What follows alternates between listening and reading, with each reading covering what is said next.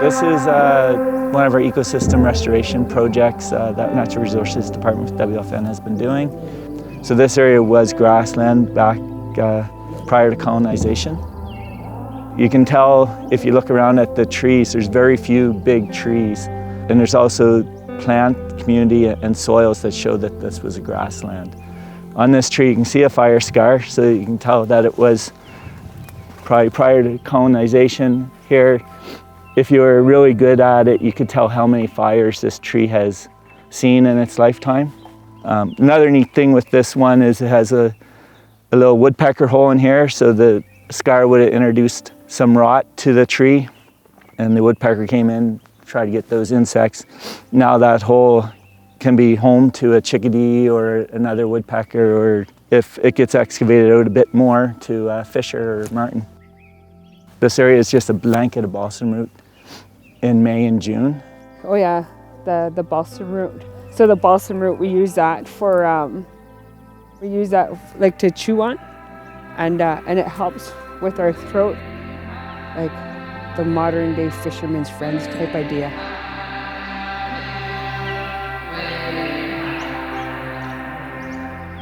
We just saw the grassland area that we're restoring. Now we're going to take you into the old growth management area where we're doing a thin from below treatment in the Douglas fir forest.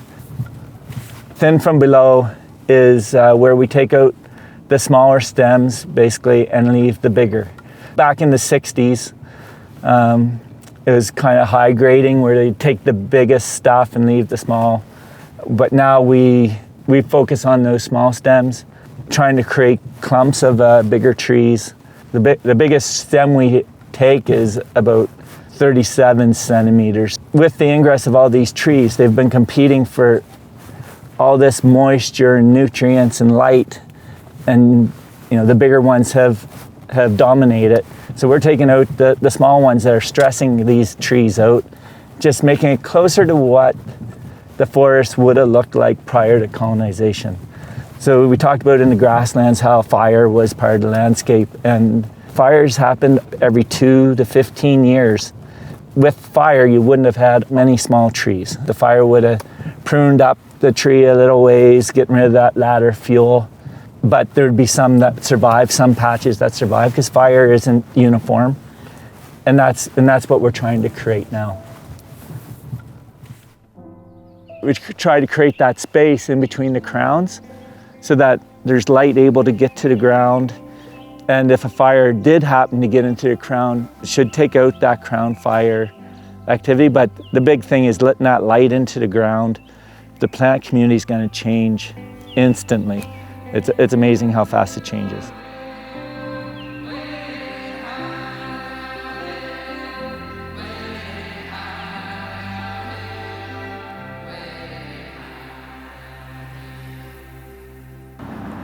So one of the things that we do in our blocks is manage for fisher habitat.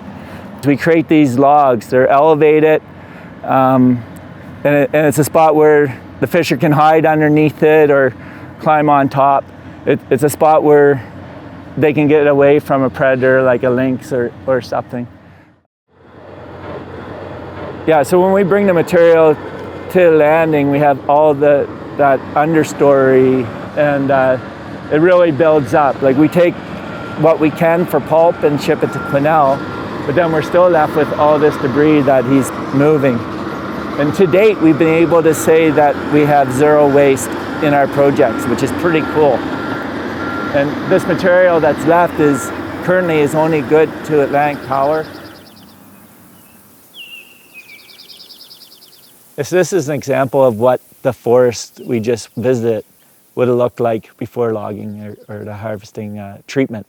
Before the treatment happened, it had a very dense canopy.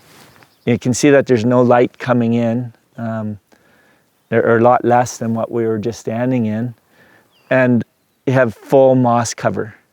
There's very little diversity in the plant community here. It's pretty cool to see that change from this to something that's diverse, producing sustenance, and bringing that land back to something that was more like it would have been when it was managed by Indigenous people.